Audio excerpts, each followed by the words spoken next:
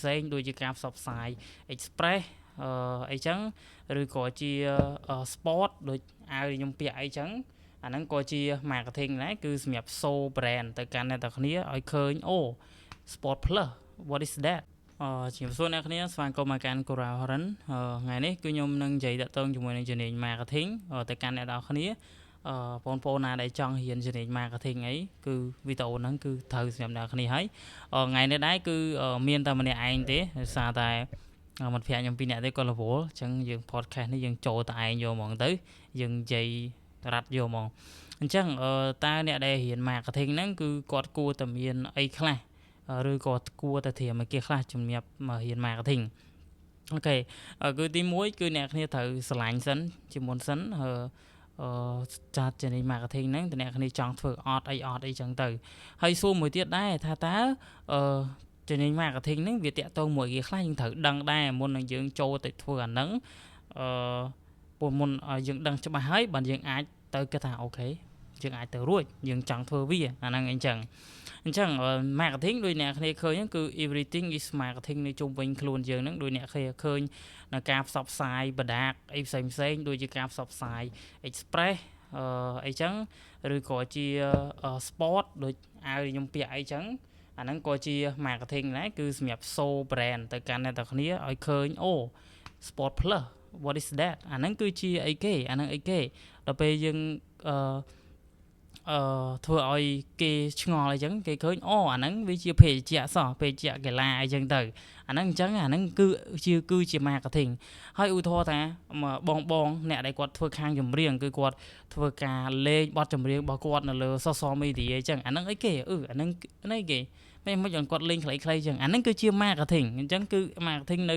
ជុំវិញអ្នកគ្នា scroll ឃើញអីទាំងអស់គឺពួកគាត់អ្នកចម្រៀងក៏គាត់ត្រូវតែ promote ខ្លួនឯងដែរគាត់ត្រូវតែធ្វើការផ្សាយពីចម្រៀងរបស់គាត់ដើម្បីឲ្យយើងស្ដាប់ឮឃើញទៅវា viral គាត់ល្បីមានអ្នកចូលទៅស្ដាប់បទពេញរបស់គាត់អីចឹងទៅអាហ្នឹងគឺជា marketing អញ្ចឹងស្ដាប់ទូៗអ្នកគ្នាប្រកាសជាយល់ហើយថា marketing ជាស្អីអញ្ចឹងសម្រាប់អ្នក marketing គឺគាត់ត្រូវតែមានគណិតច្នៃប្រឌិតខ្លាំងមែនតើនៅក្នុងការស្វែងរក idea អីផ្សេងនៅក្នុងការធ្វើយ៉ាងម៉េចឲ្យគេចាប់អារម្មណ៍ទៅលើ brand របស់គាត់ទៅលើម៉ាកយីហោរបស់គាត់អីចឹងទៅហើយអាហ្នឹងហើយគឺជា marketing អូខេឥឡូវយើងចូលមកដល់ចំណុចថាតើអ្នកទាំងគ្នាគួរតែជ្រើសរើសសាលាមួយណាដើម្បីធ្វើការសិក្សាសម្រាប់ខ្ញុំអត់មាននិយាយថាសាលាណាល្អដែលសាលាណាអត់ល្អទេប៉ុន្តែខ្ញុំគ្រាន់តែចង់ recommend ឲ្យអ្នកគ្នារកសាលាណាដែលគេបរៀនទាំង offline និងទាំង online ព្រោះអ្នកគ្នាដឹងស្រាប់ហើយថាឥឡូវយើងមិនអាចរើសសាលាណាដែលបរៀនតែ offline ទេមានន័យថាបរៀនតែទិសស្ដីដែលយកសេរីចាស់យកមកបរៀនយើងអត់អាចទេ cannot ដោយសារតែមិនឥឡូវហ្នឹងគឺយើងធ្វើ marketing ទៅលើ social media Facebook TikTok អីជាដើមអញ្ចឹងតាក់ទងជាមួយនឹងទាំងអស់ហ្នឹងអ្នកគ្នាត្រូវតែរៀនឲ្យចេះហ្មងឧទាហរណ៍ថាទៅរកសាលាណាដែលសួរគេថាបងតើសាលាហ្នឹងគេភាគច្រើនគេផ្ដោតលើអី marketing ហ្នឹងហើយគេបរៀនdigital art សួរគេ digital art បើសិនជាអត់ទេខ្ញុំគិតថាអ្នកគ្នាគួរតែកុំចំណាយព្រោះវាថ្លៃដែរមួយឆ្នាំហើយយើងអត់បានរៀនពួកអាហ្នឹងវាខាតពេលវេលាចឹងមែនតើបើសិនជាអ្នកគ្នាចូលសាលាហ្នឹងហើយអ្នកគ្នាគួរតែរៀនឲ្យខ្លួនឯងតាក់ទងជាមួយនឹង marketing ហ្នឹងតាក់ទងជាមួយការ boost page boost TikTok ធ្វើ content អីចឹងអ្នកគ្នាត្រូវតែរៀនខ្លួនឯងអត់អាចនៅថ្កឹងបានទេដោយសារតែវាតម្រូវការខ្លាំងមែនតើខ្ញុំធ្លាប់ដាក់ apply ទៅ marketing intern មួយកាលពីខ្ញុំរៀនឆ្នាំទី2បើតាមខ្ញុំចាំឬក៏ទី3ពេលខ្ញុំ apply ទៅគេសួរថាអូនឯងចេះធ្វើ content អត់ពេលហ្នឹងខ្ញុំធ្លាប់ធ្វើ blog ធ្វើអីតិចតួចចឹងខ្ញុំថា yeah can ប៉ុន្តែពេលហ្នឹងដកខ្ញុំអត់ច្បាស់ដែរថាហេតុអីបានខ្ញុំសម្រេចចិត្តថាអត់ធ្វើក៏ពិតខ្ញុំជាប់ដែរពេលហ្នឹងគេឲ្យយើងទៅធ្វើអីចឹងទៅធ្វើ content ទៅអីប៉ុន្តែខ្ញុំពេលហ្នឹងខ្ញុំសម្រេចចិត្តថាអត់ធ្វើទេខ្ញុំភ្លេចបាត់ហើយថាហេតុអីបានខ្ញុំអត់ទៅធ្វើអញ្ចឹងអាហ្នឹងគឺជា marketing ហើយ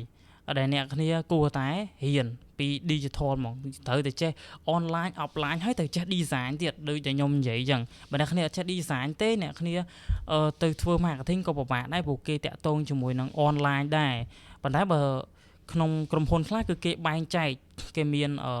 ខាងវីដេអូផ្សេងខាង design គេផ្សេង poster គេចឹងឧទាហរណ៍បើខ្ញុំអញ្ចឹងខ្ញុំចេះកាត់វីដេអូ តិចតួចដែរអញ្ចឹងខ្ញុំទៅគេបរៀនគេអីថាវាអត់បញ្ហាទេសម្រាប់យើងចេះប៉ុណ្ណឹងយើងចូលទៅបានប៉ុន្តែបើសិនជាការងារហ្នឹងគឺតម្រូវទៅធ្វើ poster អីហ្នឹងគឺវាពិបាកដែរសម្រាប់យើងអញ្ចឹងណាអាហ្នឹងគឺការជ្រើសសាលាហ្នឹងវាអញ្ចឹងវាជួយយើងអញ្ចឹងបើសិនជាគេបរៀនគេបរៀនអា digital ខ្លះអញ្ចឹងណាអញ្ចឹងដោយខ្ញុំនិយាយអញ្ចឹងគឺទី1តាក់ទងមួយ marketing ការធ្វើអីហើយទី2ថាតើគួរជ្រើសសាលាមួយណាហើយខ្ញុំចង់លម្អិតដែរតាក់ទងជាមួយនឹង marketing ហ្នឹងគឺយើងមានផ្សេងចិត្តបែងចែកផ្សេងដែរឧទាហរណ៍មានក្រុមហ៊ុនធំ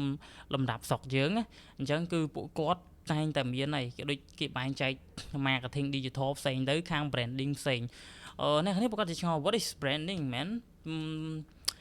បើសិនជាទិសស្ដីប្រហែលជាគេអាចនិយាយផ្សេងប៉ុន្តែខ្ញុំចង់សម្រាយអ្នកគ្នាយល់ថា branding វារបៀបអញ្ចឹងឧទាហរណ៍អ្នកគ្នាកំពុងតែជិះឡានតាមផ្លូវទៅអ្នកគ្នាស្រាប់តែឃើញផ្លាកយីហោរបស់ក្រុមហ៊ុនមួយដែលគាត់ធ្វើជុំហ្នឹងស្រាប់អ្នកគ្នាឃើញផ្លាកអីគេដូចជាកម្ពុជា Sport ឬក៏កម្ពុជា Cola ឬក៏ Express នៅតាមផ្លូវអាហ្នឹងហើយគឺជា